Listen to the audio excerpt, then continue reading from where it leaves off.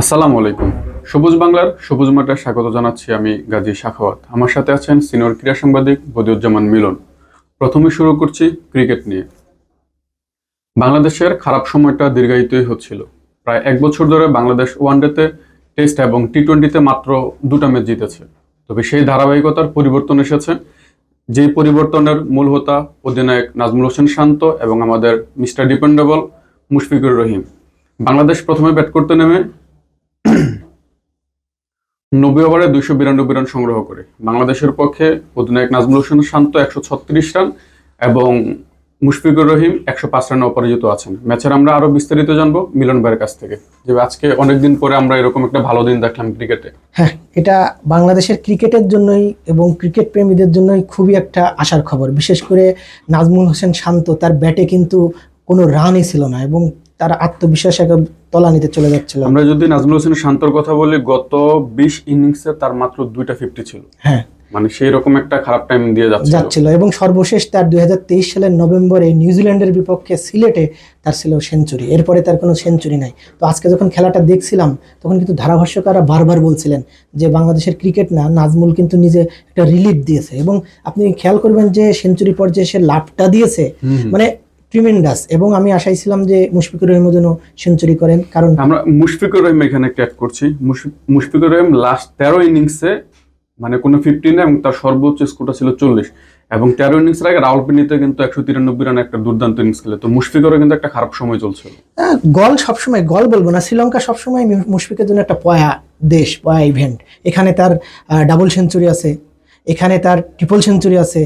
এবং আমার যেটা মনে হয় যে মুশফিক এখানে গেলে রান পায়, আত্মবিশ্বাস ফিরে পায়। এবং একটা জিনিস দেখবেন যে মুশফিক কিন্তু যখন রান পায় তখন কিন্তু সাবলীল ব্যাট করে এবং তার মানে কোনো বাজে শট খেলে নাই পুরো ইনিংসটা। আমি যদি আজকে যদি আপনি দেখেন আগে যে আউটগুলো হয়েছে, আপনার মোমিনুল বলেন বা আপনার ওপেনারে ছিল আপনার সাদমান, মানে ওদের আউটের ধরনগুলোর পরে কিন্তু আমার মনে হচ্ছিল যে এই রানটা কত দূর যাবে, বাট তারা কিন্তু টেনে নিয়েছে। আমাদের ঘরোয়া ক্রিকেটের রাজা খ্যাত এনামূলক জুনিয়র, মানে এনামূলক বিজয় 10 বল খেলে 16 রান আউট হয়েছেন এবং পাশাপাশি মুমিনুল্লাহ 29 এবং সাদমান ইসলাম মাত্র 14 রান করেন। বাংলাদেশের একটা সময় কিন্তু 35 রানে 3 উইকেট ছিল। সেখান থেকে কি আসলে আমরা ভাবতে পেরেছিলাম যে বাংলাদেশ এমন একটা দুর্দান্ত দিন পার করবে?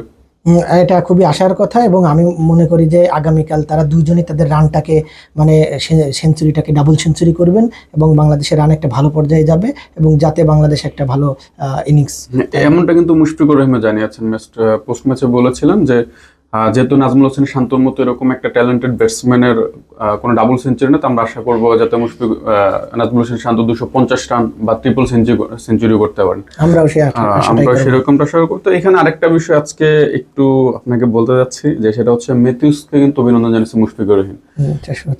আমরা যদি একটু শুরুর দিকটাতে দেখি, টাইমের বিতর্কের পর থেকেই কিন্তু অনেকটা বাংলাদেশের প্রতি ক্ষোভ ছিল। তবে ম্যাচ শুরুর আগে বিদায় টেস্টে মিথিস জানিয়েছেন যে না, আসলে আমার ওইরকম কোনো ক্ষোভ নেই। তারপরেও আম্পায়ার যেটা করেছেন বা বাংলাদেশ যেরকমটা করেছেন হয়তো বিষয়টা অন্যরকম হতে পারতো। তবে দিনের শুরুতে মুশফিকুর রহিম যেরকম করে মিথিসকে অভিনন্দন জানিয়েছেন, ম্যাচের শেষেও কিন্তু আবার মিথিস সেঞ্চুরির পর মুশফিকুর রহিমকে অভিনন্দন জানিয়েছেন। ক্রিকেটের বন্ধনটা আসলে এটাতে কিন্তু এটাই ক্রিকেটের সৌন্দর্য, এটাই স্পোর্টসের সৌন্দর্য, যেখানে স্পোর্টস সমস্ত জায়গায় সমস্ত বিভেদ ভুলিয়ে দেয় এবং একজন ক্রিকেটারের প্রতি বা একজন খেলোয়াড়ের প্রতি আরেকজন খেলোয়াড়ের যে ভালোবাসাটা, হৃদ্যতাটা, এই শুধু খেলাতেই এই সৌন্দর্যটা, দুঃখিত, শুধু খেলার মাধ্যমেই এই সৌন্দর্যটা আমরা দেখতে পারি। আমরা যদি ভারত পাকিস্তানের দিকে একটু টেনে দেখি, ভারত পাকিস্তানের প্রত্যেকটা প্লেয়ার আরেকটা প্লেয়ারকে কিন্তু সম্মান করে, কিন্তু তাদের সাবেকদের মধ্যে এই বিষয়টা কেন আসছে যে তারা একটা দেশের বিপক্ষে খেলতে চাচ্ছে না? এতে কি ক্রিকেটের সৌন্দর্যতা নষ্ট হচ্ছে না? রাজনীতিকে কেন টেনে নিয়ে আসা হচ্ছে ক্রিকেটে? এটা পুরোটাই ভারতের রাজনৈতিক ব্যক্তিত্বদের, তাদের নীতি নির্ধারকদের সিদ্ধান্ত। আসলে এই কারণে আসলে ভারত আস্তে আস্তে, আমি বলবো যে ক্রিকেট থেকে বা অন্যান্য দেশ থেকে ভারতের একটু মানে দূরে সরে যাওয়াটাই এখন নিয়তি হয়ে উঠেছে। জর্ডানের লিগে কিন্তু খেলার প্রস্তাব পেয়েছেন মারিয়া মান্দা এবং মনিকা চাকমা। এই বিষয়ে যদি আপনার কাছে লাস্ট কোনো আপডেট থেকে থাকে। এটা খুবই ভালো একটা সুখবর বলা যায় বাংলাদেশের জন্য, কারণ সম্প্রতি বাংলাদেশ ত্রিদেশীয় একটা টুর্নামেন্ট খেলেছে জর্ডানে, ইন্দোনেশিয়া এবং জর্ডানের সঙ্গে, এবং ওখানে জর্ডানের একটা ক্লাব, তারা এই মারিয়া মান্দা এবং মনিকা চাকমা অবভিয়াসলি তারা বাংলাদেশের মিডফিল্ডে একদম সলিড এবং প্রাণভোমরা বলা যায়। তো তাদের পারফরমেন্স যে কোনো দেশের যে কোনো কোচেরই মুগ্ধ হওয়ার কথা, স্বাভাবিকভাবে তাদের নজর কেড়েছে এবং তারা পিটার বাটলারের মাধ্যমে এই তাদের সিভি চেয়েছে এবং তারা ভিডিও ক্লিপসও কিছু চেয়েছে। আশা করা যায় খুব শীঘ্রই হয়তো জর্ডানের কোনো ক্লাবে দেখা যাবে। আমরা যদি একটু ক্লাব বিশ্বকাপে দেখি, ক্লাব বিশ্বকাপে চেলসি এবং লস অ্যাঞ্জেলসের ম্যাচে 50,000 সিট ফাঁকা ছিল এবং লা লিগার প্রধান হেভিয়ার তেবাসও বলেছেন যে এটা বন্ধ করে দেওয়া উচিত। আপনিও কি তাই মনে করেন কিনা? আসলে ঠিক ওইটা না, একটা জিনিস হয় কি যে ক্লাব বিশ্বকাপটা তো এবার একেবারেই নতুন ফরম্যাট হচ্ছে প্রথমবারের মতো, এবং আগে কি হতো, আগে ইন্টারন্যাশনাল যেটা ছিল যে দুইটা দল শুধুমাত্র ফাইনালে খেলতো, ওই আবহাওয়াটা থাকতো না। আর এবার বড় বড় ক্লাবগুলো যারা ইউরোপিয়ান লিগের চ্যাম্পিয়ন বা তাদের নিজস্ব ঘরানায় যে ঘরোয়া টুর্নামেন্ট লিগের চ্যাম্পিয়ন, তাদেরকে নিয়ে আসলে এই ক্লাব বিশ্বকাপ। আমরা যেমন গতকালকে বলেছিলাম অকল্যান্ড সিটির মতো একটা দল বায়ার্ন মিউনিখের বিপক্ষে আসলে নামিয়ে দেওয়া ঠিক হচ্ছে কিনা। তো সেক্ষেত্রে আর একটু ছাকুনির মাধ্যমে ভালো কিছু ক্লাব নিয়ে 32টা না হয়ে যদি 16টা হয় তাহলে হয়তো কিছু ম্যাচও কমে আসবে। এবং ইনজুরি প্রবণ যে খেলাগুলো মানে ফুটবলটা কিন্তু এমনিতে ইনজুরি প্রবণ, তো সেক্ষেত্রে এই ধরনের কিছু আসলে ব্যবস্থা নেওয়া যায় কিনা? হ্যাঁ, এটা ভালো হয়, কারণ আমি যতদূর অনেক খবরই দেখেছি যে একটা দীর্ঘ সিজন শেষ হওয়ার পরে কিন্তু এখন ক্লাবের ফুটবলাররাও একটু রিলিফ চাই, কিন্তু এইখানে এই ক্লাব বিশ্বকাপটা তাদের জন্য একটা বার্ডেন হয়ে গেছে এবং তারা এই হ্যাকটিক শিডিউল বা ক্লান্তিকর এই শিডিউলটা তারা অতটা মানে মনোযোগ দিতে পারে না। এইখানে আপনি যেটা বললেন ঝুঁকিটা থাকতেই পারে। শেষ করছি আর্চারি দিয়ে।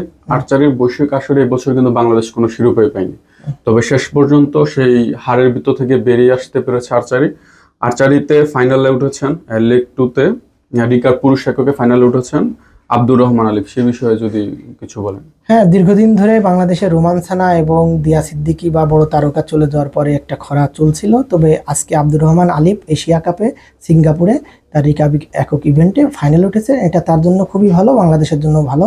বিশেষ করে গত বছর আলিফ কিন্তু যুব যেটা চীনা তাইপেতে হয়েছিল, ওইখানে কিন্তু সে যুব এশিয়া কাপে ফাইনালে খেলেছিল, যদিও দুর্ভাগ্যক্রমে সেবার সে জিততে পারে নাই। তবে আশা করবো এবার 20 জুন যে ফাইনালটা হবে জাপানের প্রতিযোগীর সঙ্গে খেলবে, আশা করা যায় এখানে সে ভালো করবে, কারণ টানা 4টা ম্যাচ আজকে খেলেছে এবং 4টা ম্যাচেই জিতেছে। একটা দিনে একটা প্লেয়ার, আপনি শুটিং বলেন বা আর্চারি বলেন, খুবই মনোযোগের খেলা। এইখানে 4টা ম্যাচ টানা খেলা এবং জিতে ফাইনাল পর্যন্ত যাওয়া, তার মনোসংযোগে ওই ঘাটতি থাকলে সেটা সম্ভব না। সো আমরা আশা করি আমরা এমনটাই আশা করছি, যেহেতু ফাইনাল উঠে গেছে আর মাত্র একটা ম্যাচ, সেটা জিতেই সর্বোচ্চ শিরোপাটা নিয়ে দেশে ফিরুক আলিফ। ধন্যবাদ বা সুন্দর আলোচনার জন্য। সবুজ বাংলা সবুজ মাঠের আজকের আয়োজন এই পর্যন্তই। আগামীকাল দেখা হবে খেলার বিভিন্ন আপডেট নিয়ে। সে পর্যন্ত সবুজ মাঠের সাথেই থাকুন। ধন্যবাদ।